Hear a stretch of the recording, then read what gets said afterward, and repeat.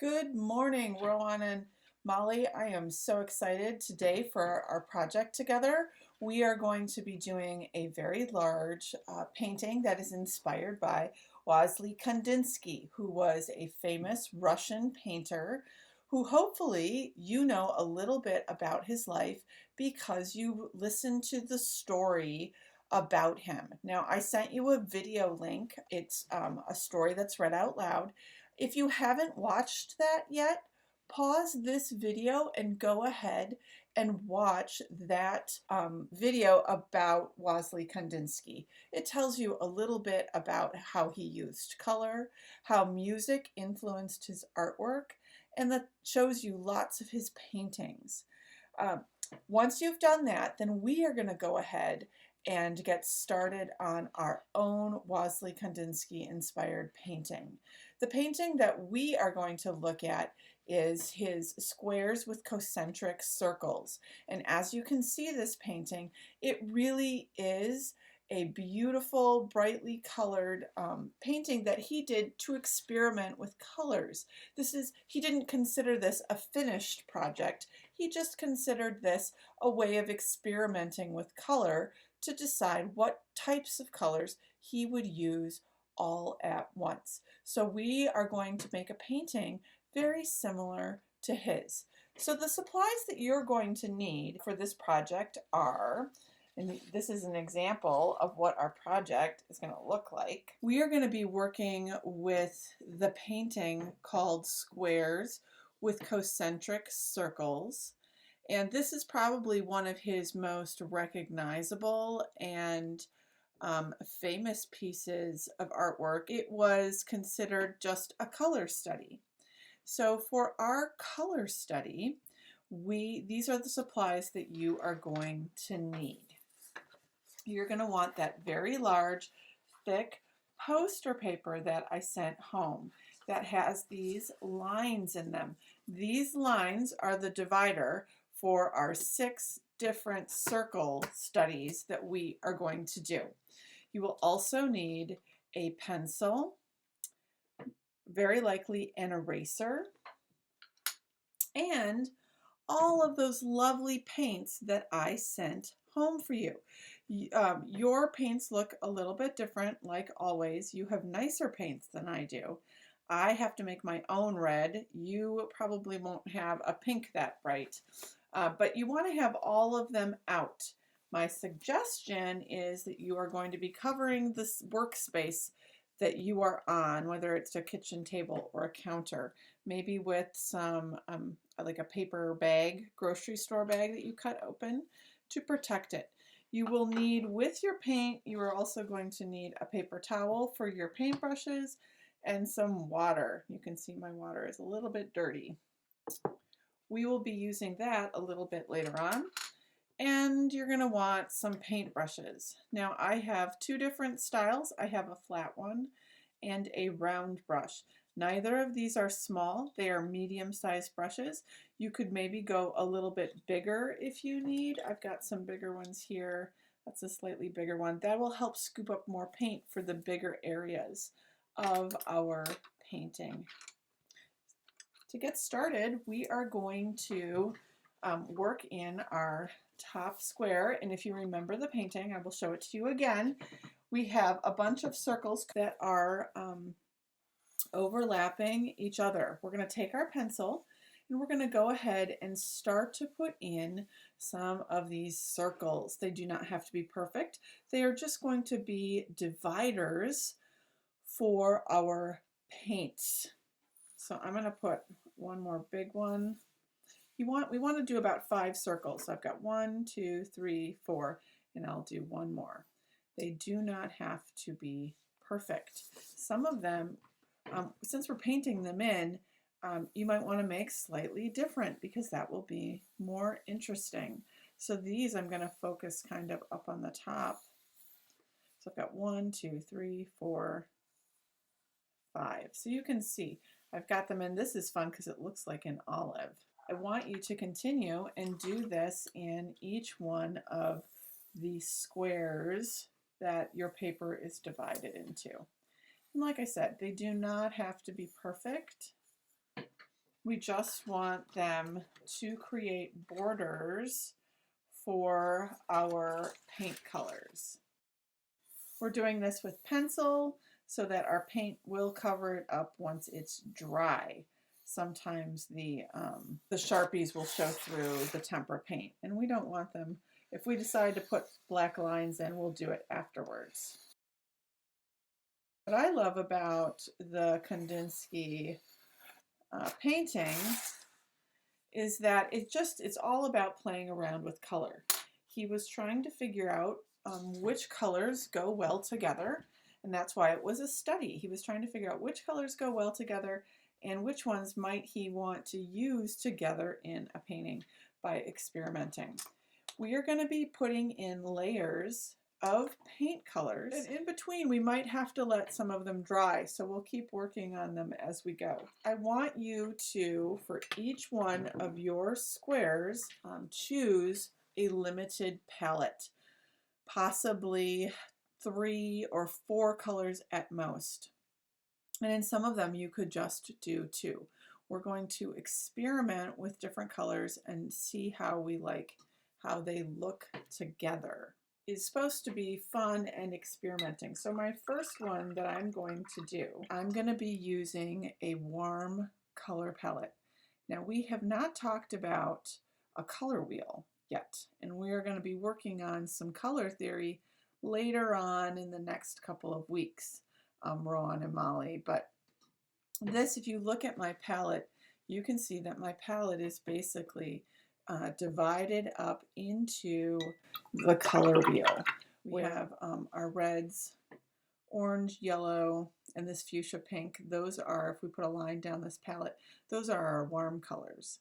And on this side, we have our cool colors. We have greens, we have blues, and you can't tell, this looks black here, but it actually is purple. So that's our violet or purple color. Violet sometimes can go with red. If you add a little bit of red, it becomes red violet, and that can start to get warm. Just like our light green can go warm as well. So we've got our warm colors and our cool colors. On the color wheel, you have colors that are across from each other on the color wheel. All right, red and green and orange and blue and yellow and purple. Those are what we call complementary colors. So those colors are fun to put together. So if you have all your colors and you set them out on a paper plate, helpful if you kind of put them in this order from red to purple. And if they sit across from each other, you can kind of figure out where do they go. What do they look good with? I'm going to use a complementary color scheme where I'm using colors that are across from each other on the color wheel. I'm going to be doing some blue and orange variations together. I want you to start with the center circle, and as we work, you can see yours are going to be much darker, which is fun, than mine because my paints aren't quite as nice. Now I want to continue that orange, but I'm going to take a little bit of yellow and I'm going to mix it in so that it's different. Now you can see as I'm working, I have gone outside of my pencil lines. I had a lot of paint on my brush. I'm going to let those circles dry a little bit while I work on another color. I'm doing a complementary color set, so I've got my orange, and I'm going to use my different blues to go with my orange. Those are going to be my limited palette. Okay, and I'm going to work on that circle that's on the outside. Now you might have to mix a nice light blue for yourself, which requires you adding white to your darker blue. This is kind of a turquoisey. If you wanted to make yours a little more turquoisey, you could add just a hint, pull some of that blue and separate it and add just a little bit more yellow to it. That would give it a slight green tinge, which is what this turquoisey, and some white. Now I'm going to pull some of my dark blue. And I don't care if it touches the lighter blue because that won't make that much of a difference. But as soon as my blue touches the yellow, it will change color. Do you guys know what color it would change into? You want to clean your brush well in between these colors, otherwise it will affect your paint. So I'm going to go back to my orange and I'm going to put that on my outside so you can see. You see where the blue got on my brush with the orange? Yeah, kind of makes an interesting color there.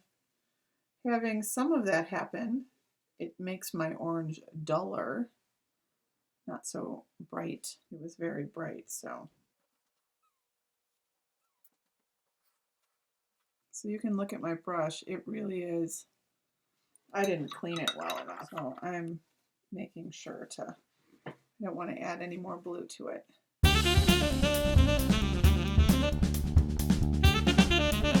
I think I'm going to take a little bit of pink and I'm going to put that on the outside of the circles in this box. I love the way that pink looks with the blue, and it's pretty bright and fun with the orange as well.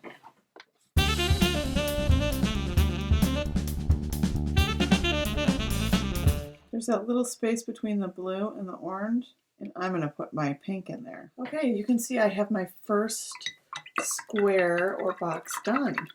I might come back to that and add some more colors, but for now I'm going to let it sit and I'm going to work on the one below it. I want to choose 2 or 3 more colors to use for this next square, and I think I'm going to use another complementary color set. So I'm going to do my purple and my yellow, which is across from it, so you can see. I think I'm going to do the outside.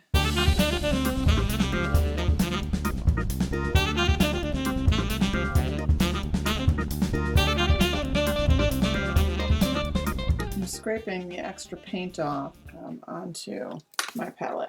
I'm going to take some of my yellow, and that's going to be the color I'm going to use next. And again, you want to make sure you clean your brush really well.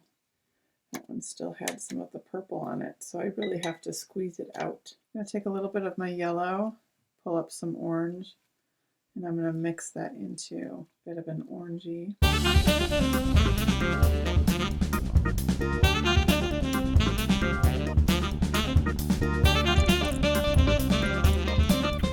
For fun, I'm going to put a little bit of blue in. That'll be my surprise color. And you can see kind of what it does when it touches the yellow. We get a little bit of green and purple, so I'm going to stop touching it because it's pulling a little bit of more of the purple than I want. So that's our second one. I hope you're having fun picking out your own color scheme. You can see we've got my blue and orange and yellow one, and then the purple and yellow one. I'm going to turn around my painting and we'll go on to the next square.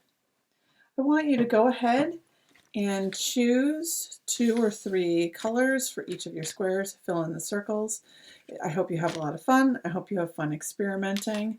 I'm going to do mine, and then I'll fast forward it so you can have fun watching, but mostly you can get ideas for how you want to do yours. And I look forward to seeing what color combinations you come up with. I'm going to do a green and red one, which is another complementary color scheme.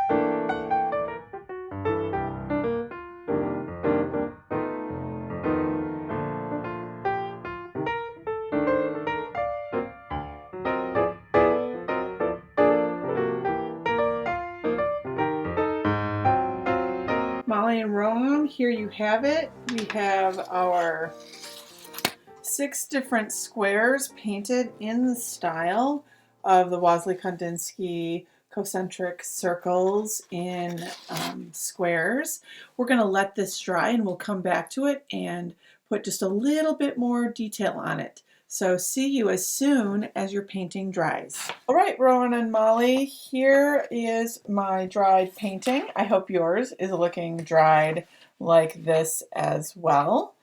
I am going to be using my fine point Sharpie marker, and we're just going to outline some of our circles. Now, in the painting that we looked at by Vasily Kandinsky, he did not outline his in black, but we are going to outline some of our circles in black because I think it will make our paintings more interesting. He was studying how colors look good together, and we are doing that, but we also have this very fun and interesting and bright colored painting, and we want it to be a finished piece. It's not just seeing what colors do when they are together. So if you look at my first square that I'm doing, I'm deciding to outline some of it. I'm not going to outline the interior of all of these circles, such as this one that goes up against the pink, because I think it already has enough of a border. I am going to go around part of that one, and I'm just adding just enough of a contrasting line to create a little bit of interest in our painting. So my suggestion to you is, as you work on these, I'm going to do the top ones first. You can kind of look at it, and like this reddish color wasn't standing out quite enough to all of the pink, so that's why I decided to put a line around it. You might decide that you don't connect all of your lines. I don't want you to worry about getting it and doing it in some sort of perfect way. Just look at, like, I don't need a line between my purple and yellow because that's really clear. This yellow and orange is pretty clear, but I want to give it just a little bit of a crisper edge to it, but I won't do it with my purple. I also think I might touch up on some of the lines between my shapes themselves. I don't think I'll do it there though. So I'm going to go to my next one. This green is pretty dark, and that still is just a little bit wet. So you can see the difference of when we put in the black outlines. It's just very subtle. And again, like, this really doesn't need it because it has a dark enough outline from the purple itself. So I'm not going to go all the way around. I mean, this one I'm feeling pretty good about.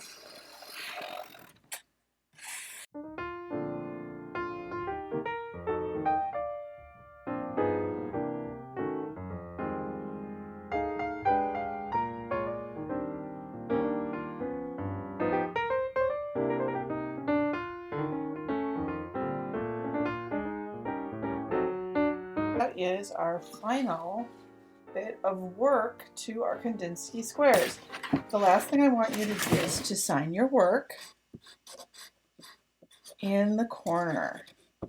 Rowan and Stella, I hope you guys had a lot of fun playing with color. I hope that as you look at your squares, you're thinking about which color combination is your favorite. I personally, I have a hard time choosing, but I really do like my blue and orange with a little bit of pink, and I like my pink and blue one down here. So I look forward to seeing your paintings posted on Seesaw, and let me know in the comments, let me know which one was your favorite color combination. I will see you soon. Have a great week.